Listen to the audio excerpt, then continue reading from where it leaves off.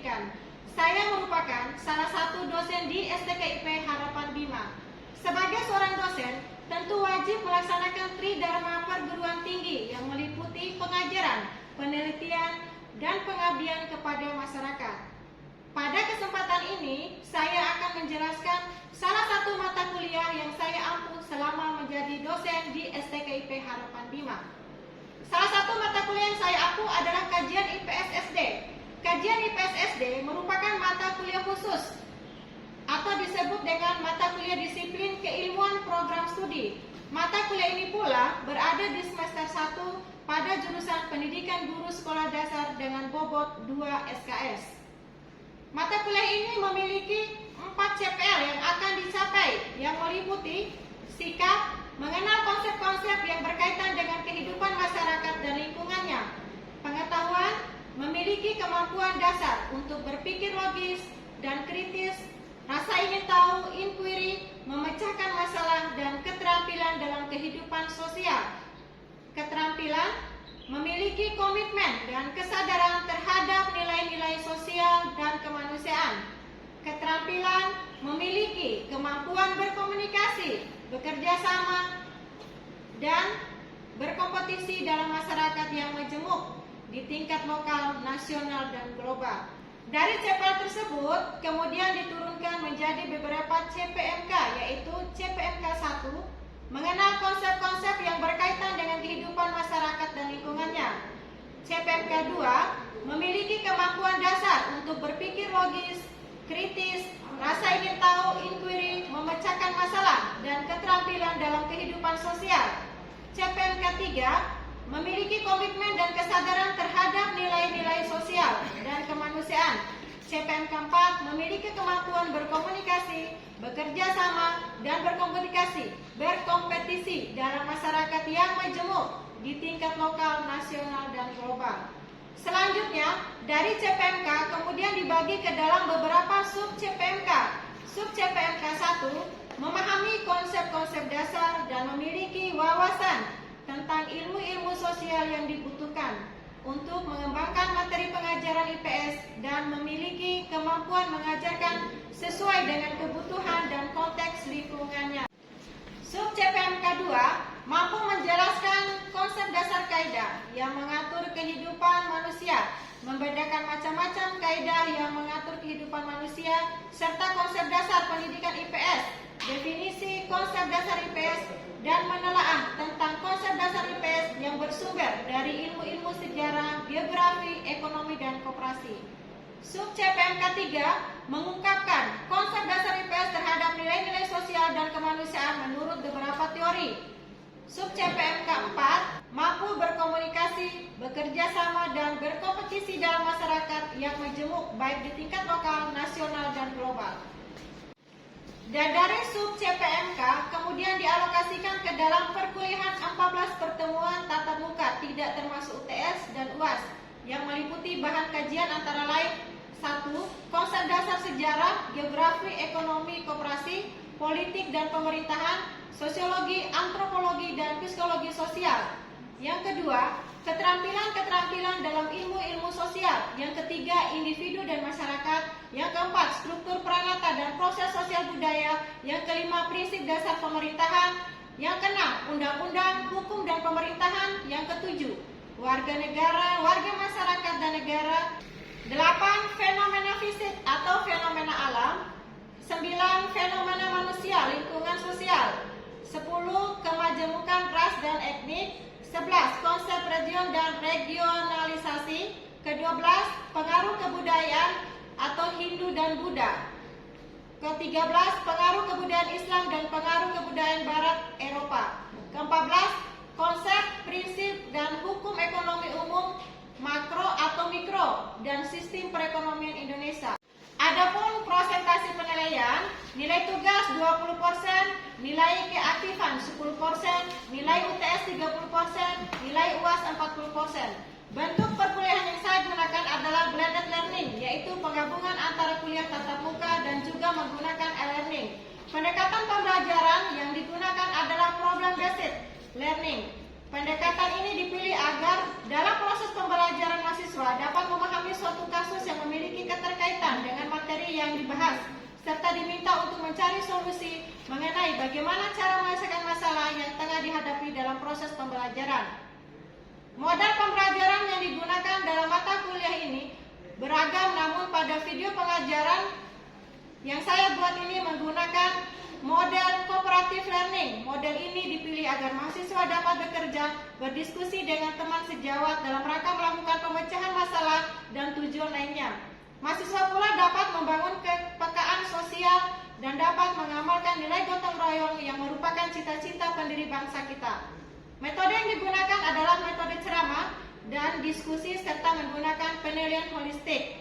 Demikian penjelasan singkat tentang mata kuliah kajian IPS SD yang saya ampu. Selanjutnya saya akan melakukan praktek pengajaran mata kuliah kajian IPS SD pada materi konsep dasar sejarah, geografi, ekonomi, koperasi, politik dan pemerintahan, sosiologi, antropologi, dan psikologi sosial. Sekian dan terima kasih. Wassalamualaikum warahmatullahi wabarakatuh. Assalamualaikum warahmatullahi wabarakatuh. Waalaikumsalam warahmatullahi wabarakatuh. Bagaimana kabar semuanya? Alhamdulillah baik, Bu. Ya, pada pertemuan pertama kemarin kita udah membahas ya definisi kajian IPS SD. Nah, pada pertemuan kedua ini kita akan membahas konsep dasar IPS SD. Nah, sebelum kita memulai materi kuliah kita hari ini, ada baiknya kita berdoa dulu. Ibu Mita Putra, berdoa. Sebelum kita mulai mata kuliah pada hari ini, marilah kita berdoa. Berdoa mulai.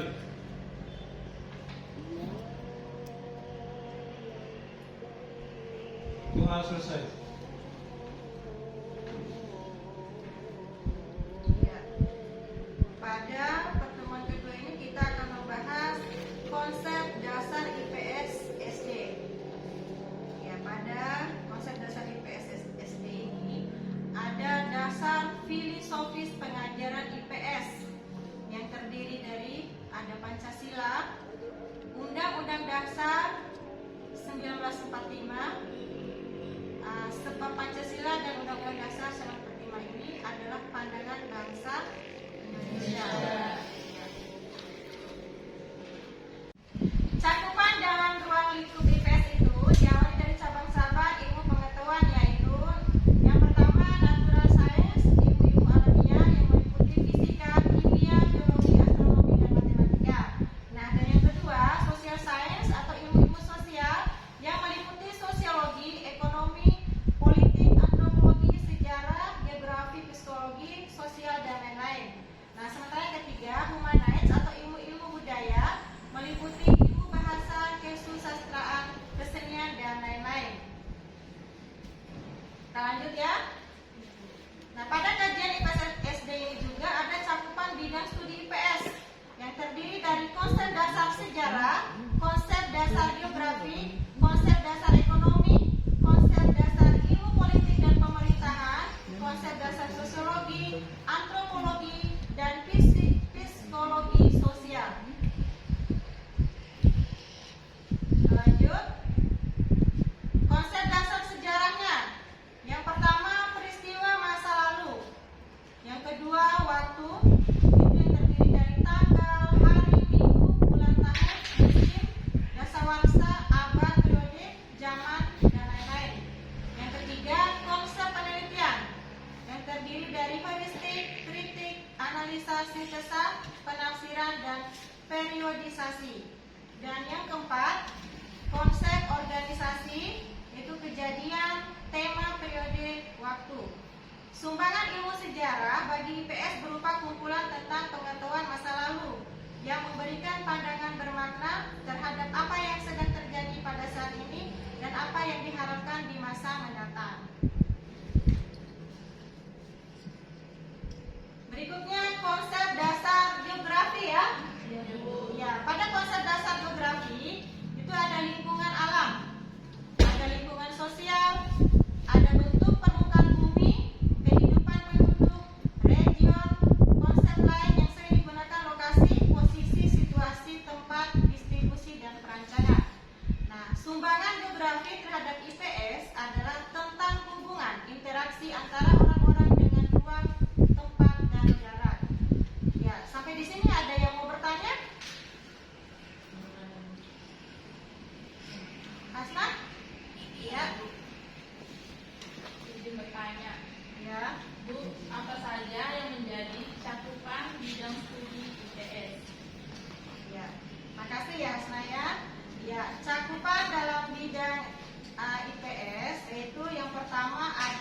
sejarah, konsep dasar sejarah. Yang kedua ada geografi, ada ekonomi, ada ilmu politik dan pemerintah, sosiologi, antropologi, dan psikologi sosial. Ya, Hasna, jawabannya udah pas? Oh iya. Ada lagi yang mau bertanya? Nggak ada? Sampai di sini ada yang bertanya lagi? Nggak ada ya? Kita lanjut lagi ke konsep dasar ekonomi. Tadi konsep dasar apa tadi? Geografi. Sekarang kita masuk ke konsep dasar ekonomi. Yang pertama, kelangkaan. Yang kedua, spesialisasi. Yang ketiga, saling ketergantungan. Yang keempat, pasar. Yang kelima, kebijaksanaan umum. Sumbangan ilmu ekonomi terhadap IPS menyediakan pengetahuan tentang bagaimana masyarakat untuk menggunakan dan mengalokasikan sumber-sumber daya mereka dan tidak lepas dari prinsip ekonomi dan sistem ekonomi. Lanjut, konsep dasar ilmu politik dan pemerintahan. Nah, apa saja konsep dasar ilmu politik dan pemerintahan ini? Yaitu yang pertama, negara dan kekuasaan. Yang kedua, pengambilan keputusan. Yang ketiga, kebijaksanaan. Yang keempat, pembagian kekuasaan. Yang kelima, demokrasi. Yang keenam, legitimasi. Yang ketujuh, authority. Yang kedelapan, perilaku politik. Sumbangan terhadap IPS menyediakan informasi dasar mengenai proses, perilaku, dan lembaga-lembaga politik. Berikutnya, konsep dasar sosiologi. Pada konsep dasar sosiologi itu terdiri dari kelompok atau grup ya. Yang kedua, lembaga atau institusi. Yang ketiga, peran atau role. Yang keempat, norma. Yang kelima, nilai. Yang keenam, sosialisasi. Yang ketujuh, masyarakat. Sumbangan terhadap IPS berupa pemahaman tentang bagaimana lembaga-lembaga sosial berkembang dan bagaimana orang-orang berinteraksi di dalamnya. Yang berikutnya, konsep dasar antropologi. Pada konsep dasar antropologi itu terdiri dari kebudayaan, adat istiadat, etika, ras, tradisi, hukum, dan keyakinan. Sumbangan antropologi terhadap IPS adalah memberikan pengertian tentang bagaimana kebudayaan berkembang dan mengapa kebudayaan tersebut berbeda. Konsep berikutnya yaitu konsep dasar psikologi sosial yang terdiri dari kedirian, motif, sikap, persepsi interpersonal, kelompok, norma kelompok, dan konflik. Sumbangan terhadap IPS pengkajian pada pemahaman terhadap proses mental, kejiwaan, dan perilaku individu. Berikut materi dan ruang lingkup IPS SD. Kelas 1, kehidupan di rumah dan sekitarnya, yaitu kekeluargaan, sopan santun, gotong royong, tanggung jawab, tata tertib di jalan dan di sekolah. Kelas 2, hak dan kewajiban anggota keluarga, saling menghormati di lingkungan keluarga, membiasakan hemat, dokumen diri dan keluarga serta lingkungan alam. Yang ketiga, lingkungan keluarga, yaitu sekolah, RT, RW, kelurahan, kecamatan, dan kota administratif. Yang keempat, seluruh tanah air. 8, penjuru angin, pengetahuan, peta, kondisi provinsi, transportasi, dan komunikasi. Yang kelima, peninggalan sejarah, keragaman kenampakan, alam dan buatan, wilayah waktu, keragaman suku, bangsa, dan budaya. Kegiatan ekonomi, zaman penjajahan, pergerakan nasional, persiapan kemerdekaan, sekitar proklamasi, dan perjuangan mempertahankan kemerdekaan. Yang keenam, sudah semakin meluas, berisi tentang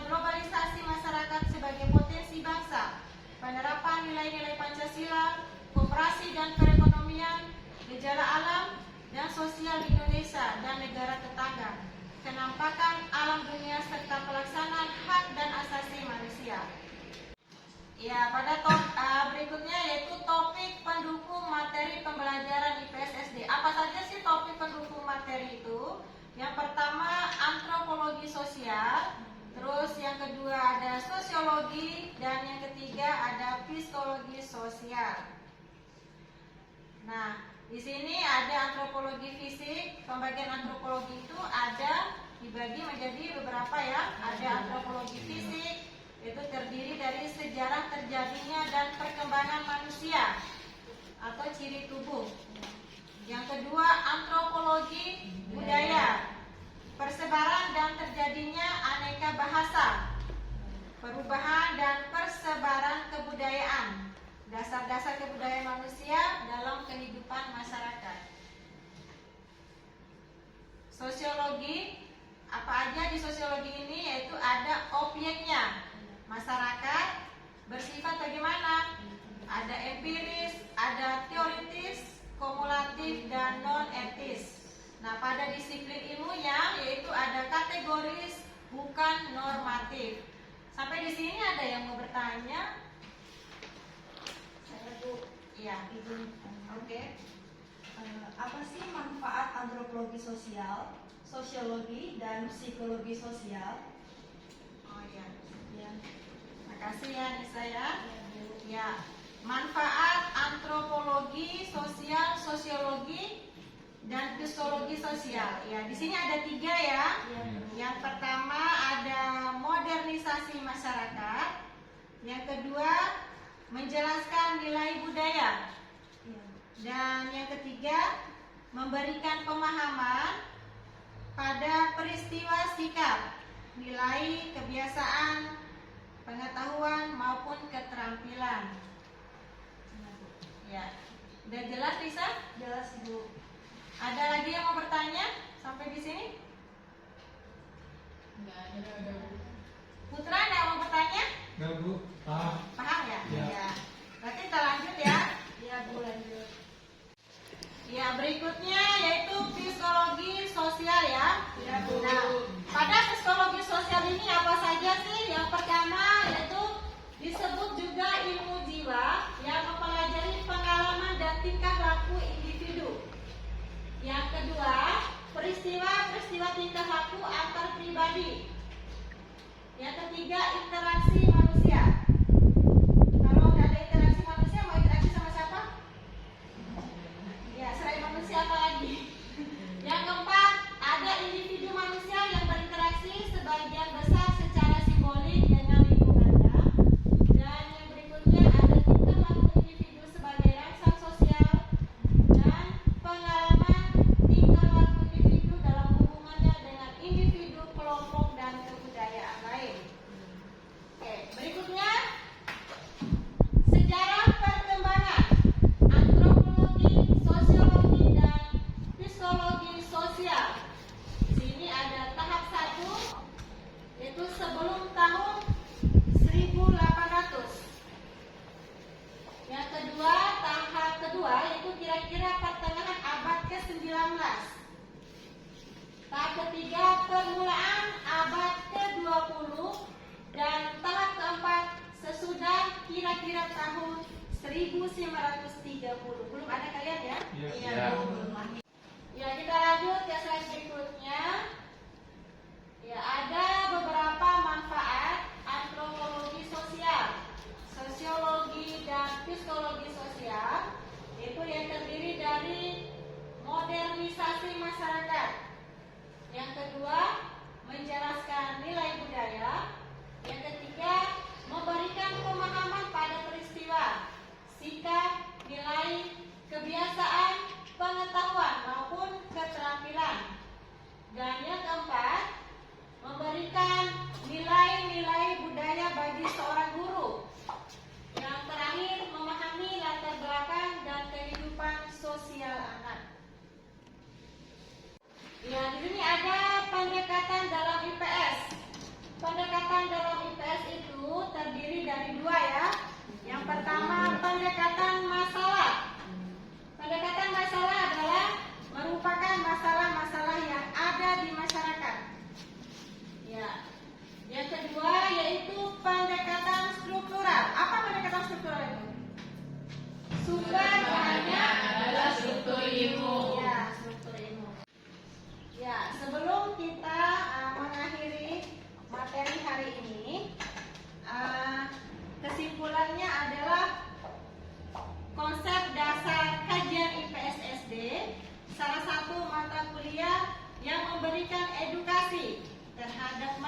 mahasiswa untuk memahami ilmu ekonomi, ilmu sosial, ilmu geografi dan pemerintahan, serta masih banyak lainnya.